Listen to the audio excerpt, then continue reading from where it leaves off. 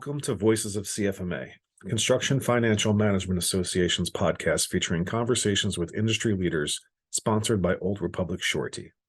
I'm your host, Sal Marino, CFMA's Marketing and Content Manager. This month, I sit down with Cheryl Nagel. Cheryl is the CFO of Pacific Northern Environmental, the past president of CFMA's Puget Sound chapter, and an author for CFMA's Content Hub. Thanks so much for taking the time to speak with me today, Cheryl.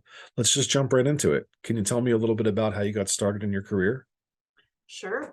I've been in construction accounting for over 30 years now. And I had graduated college when I had worked and went to college, and I graduated college when I was about 29. I had worked for my family's business since I was 12. And my stepdad kicked me out and said, it's time for you to go get your own career. And it was a gift. He gave me a gift. It was very scary. But I applied for a job with an HVAC contractor and didn't know what HVAC meant. Funny story. And we got the job. So started out as an AR collections manager, billing collections, and worked my way up to the controller of the service group. And then from there, the company got sold and I was moved into what was called an integrator position for the Northwest region. I'm out of Washington State. And they had, in this sale, it went public, and they had sent me to Portland, Spokane, Idaho, and Washington State was kind of my territory. And I went to those businesses and I integrated them into the HVAC company that I started with. And so I worked for them for about 10 years. And the company went bankrupt and they sold. And one of the companies out of Redmond that I was working, that I had integrated all the processes to, called me and said, you tore us apart. I need you to put us back together. So I went to work for Sequoia Electric and worked there for the last 20 years. And recently I had an opportunity. I was heavily recruited to go to work for Pacific Northern Environmental out of Longview, Washington. And I've been here for about a year. We're an equity-owned company, and it's been a real step up for me. Very challenging, but it's been a step up for me. And throughout my entire career, I was part of CFMA. So I kind of full circle, quick synopsis of my history. Been doing this for over 30 years, and I'm getting towards the end of my career, but I felt exhilarated and challenged every day of my career. I've always felt like every day was different, and CFMA really gave me the resource to be able to come up with solutions to problems, because that's what they provide for us in this industry for construction accounting. That's fantastic. Did CFMA help you learn what HVAC stood for, or was that? No, I learned that when I went in for the interview. That was my first test. Do you know what HVAC stands for? And I went, no. Fortunately, I had a great mentor, and he was able to, it was McDonald Miller, and he was able to, Jim McDonald was our CFO. He was able to really mentor me through my career, and really gave me the first push to become a controller and then eventually become a CFO. So I owe a lot to him. I really do owe a lot to him and the people that I've worked with over the years. Did he push you towards CFMA, or was that different? The company was very driven towards CFMA, and I was a member through that company for a long time, and then I left and I wasn't a member for a while, and then I rejoined CFMA, and that's under my current leadership. So from there, being part of Sequoia Electric, both union contractors out of Washington State. My current position is non-union, but with that, I then joined the board of Puget Sound CFMA, and I was president for 3 years of the board.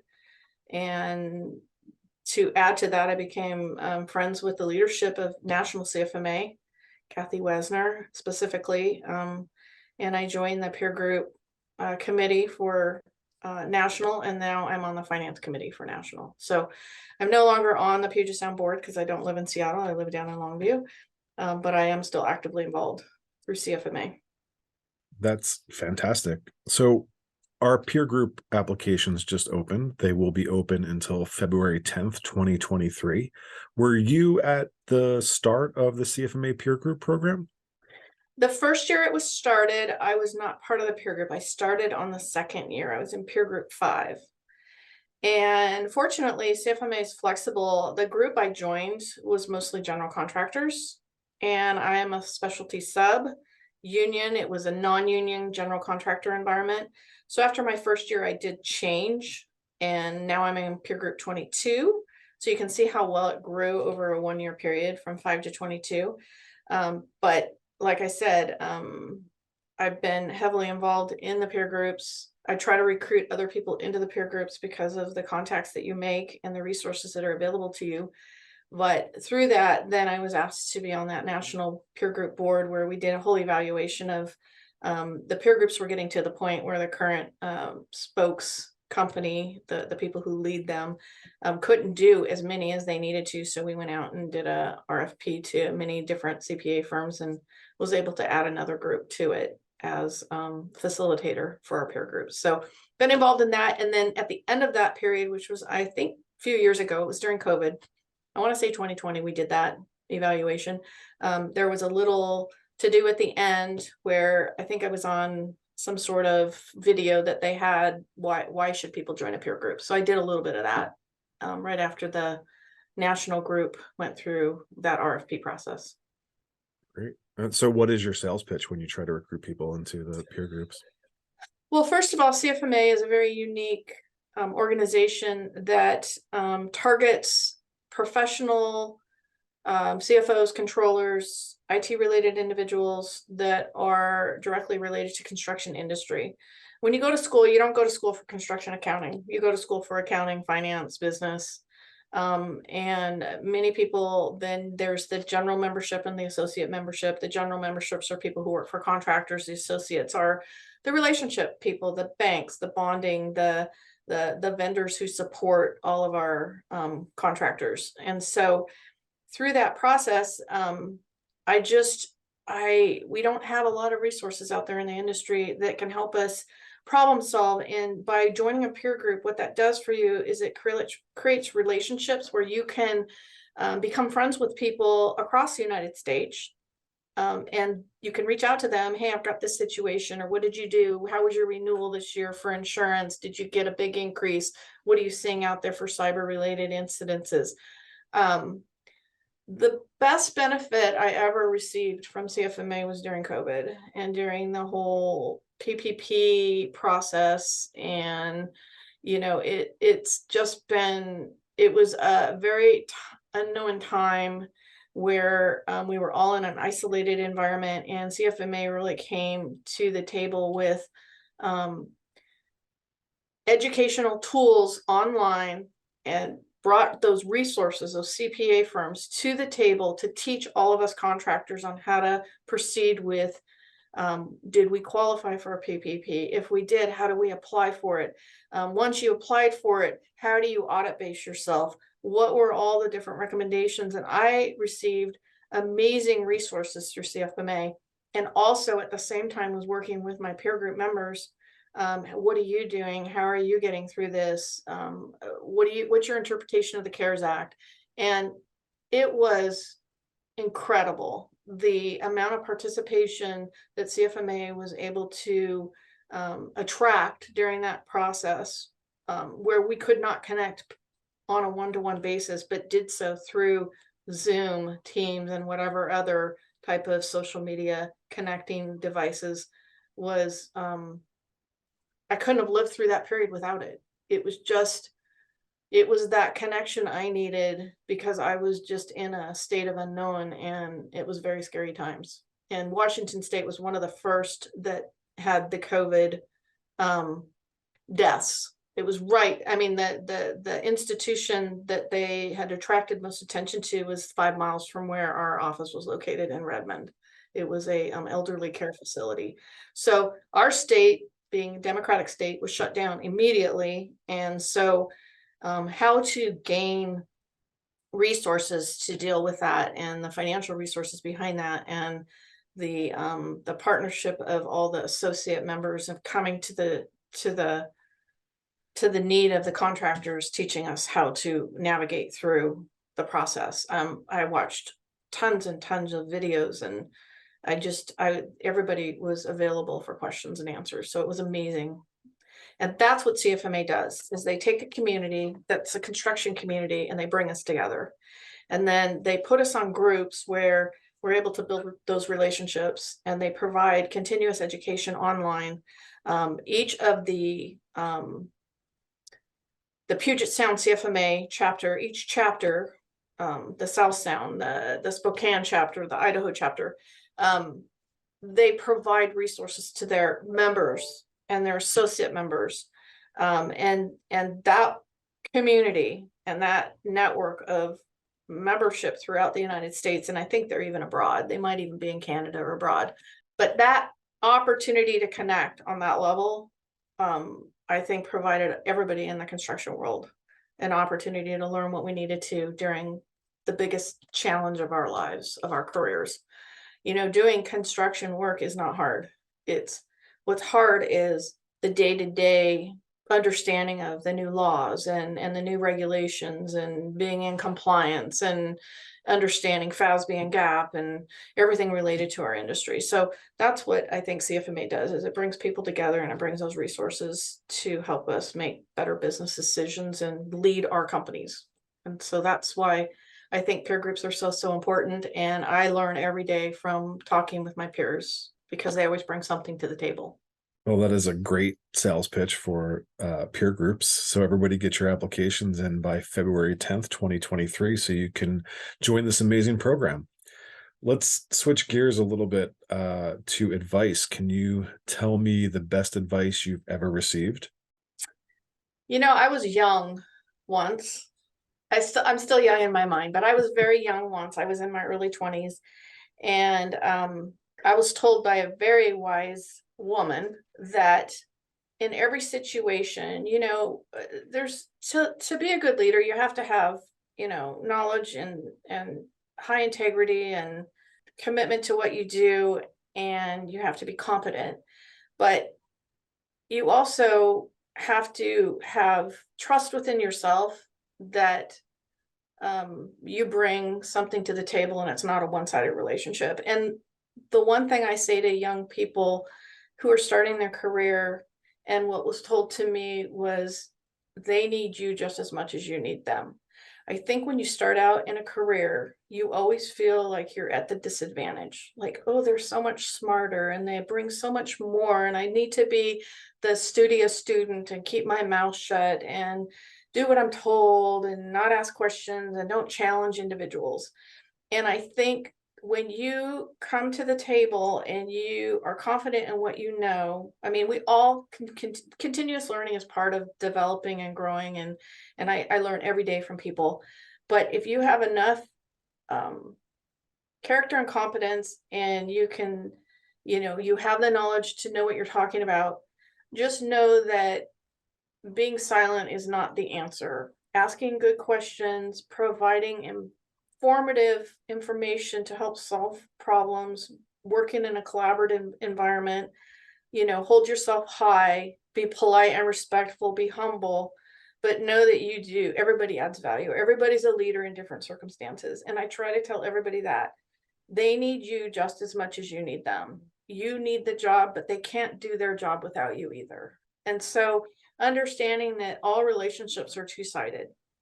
One person doesn't carry more weight than the other. It's how you choose to develop that relationship that kind of builds the bank of trust or breaks the bank of trust, But I think there's just a lot of young people who go and start their career and just feel very insecure and don't come into their own soon enough because they feel like it's their job to just be a sponge and not provide input and feedback.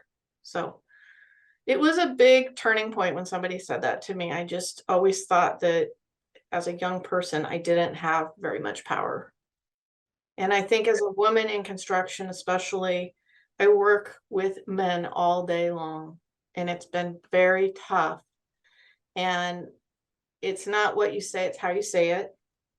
And I've just really, for the 30 years I've been in construction, I really had to work very hard to get into the role I'm in and to be respected and appreciated. And so it's a success, that's where people all ultimately want to go, whether it's a man or a woman. But I think a female in a construction industry is particularly hard. It's not the same as banking or finance. It's a very difficult industry to be a female in this business. Do you feel like you've been there 30 years. Do you feel like it's getting better? I think it's, again, relationships are built on trust and knowledge and competency.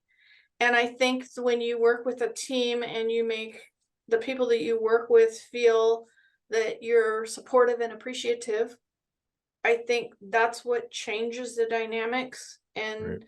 we're no longer men and women sitting at the table, we're a team. And I think if you're working with somebody who is used to just working with a bunch of men, I think you have to teach them that. I think it's always our responsibility to take the environment that we're in and to really strategically approach it in that situation. Not everybody's going to react the same. So know the person you're talking to, know the environment you're in, know when it's appropriate to talk, provide it in a way that isn't offensive or attacking, ask clarifying questions. And I think that's what develops that environment and relationship going forward. It took me a long time to learn that. Long time. Sure. There's a lot of leadership training that I've had to go through to get to where I'm at in my career. And I think that people who have not learned that, it's just the frustration. They felt left out, they felt unheard. And so they just don't understand that they're keep repeating the same process over and over again. And it's not getting them any further advance because they don't understand that it's situational Right. and it depends on who's in the room. Exactly. Well, fantastic advice that you've received and that you're giving to younger people in the industry. Cheryl, it has been a pleasure to speak with you today. Is there anything else you'd like to say before we sign off? Um, Throughout my career, we don't do this alone. It's a team environment. When I was president of the CFMA, Puget Sound CFMA group, what we did for our community, I met Cal Byers, who at the time was working for Lakeside Industries, and it was about suicide prevention and what we did for our community and how we brought our community together with the union contractors at the union hall. It was a group effort. Now, it took a few people of knowledge to understand the concept and to be able to take that concept, as CFMA has done, to push that into the contractors themselves, because we are a trade of high risk suicide candidates. But to be able to take a concept like that, it was a real learning curve for me to say, wow, this is how it works for suicide prevention. This works for everything we do. It's a team effort, and one person's not a hero. It takes all of us rowing in the same direction to cross the line of success. And you constantly are working towards that line. You might hit milestones, but there's always another goal ahead of you to achieve. And it's never something I do on my own. I have a great team, and I have always in my career treated my staff as well as the leadership management team that I'm on as if they're my friends, as if I'm not better than them, as if I need their resources as well as they need my resources. Know your business associates personally, because it really helps you understand what motivates them. It's hard to have success without relationships, and relationships drive everything. And that's what builds trust. It doesn't mean that you don't have conflict. Conflict's an opportunity for success. In my opinion, it's two people coming together, coming up with a better idea. It doesn't mean that I'm always right. It just means that when you bring a group of people together, the result of that collaboration is the result of our entire company's success. We can't do it without them. It's back to they need you just as much as you need them. It takes all of us to get this job done. And I tell people as well, life is not fair. You look around and you say, why does that one person always? Life is not fair. And it's a bit of a game. I'm not saying it's a manipulative game. It's a bit of a game. You have to play chess. And you have to understand that to get to the goal, it's all of us getting there. Not one person will ever get there alone. So I think that's what people need to understand. I think people who are individuals and come in and just try to do their own thing and leave at the end of the day, they're never going to be at that top tier, because it takes, you have to open yourself up. And this is what I try to teach the people I work with. Everybody's a leader. That it's just at different circumstances that our leadership comes out. And you can be the person answering the phone, and you could save the day because you had a very disgruntled employee. You could be, the guy out at the job site who was the first responder for a disaster. It doesn't matter. It's how you approach that situation and how you overcome that situation that creates that leadership opportunity, and bring in the team in to help you. So that's just kind of my approach to my success. And that's what I try to teach everybody, that we're just human beings. We're all the same. We're all on the same playing field level. I just happen to do slightly different tasks than you do. But that doesn't mean that your tasks are less important than my tasks, because I would never get to my tasks without you doing your part. So, and we need all kinds of people. Right. I couldn't work with 5 Cheryls. I think we would not get along. So the diversity of people, I think, is what allows for the success, Yes. and working together and making people feel appreciated and showing that appreciation. I've worked with a lot of people over the years that just hammer you on what you're not doing good, instead of recognizing you for all the good you've done. And that's the difference. And that's how I like to treat people, is we still have a lot more to do, but congrats on what we've accomplished, because I couldn't have done it without any of them. And they know that. So showing gratitude, being humble, giving credit where credit is due. It's always a very important piece of who I am. And when one of my employees fails, I fail, taking responsibility.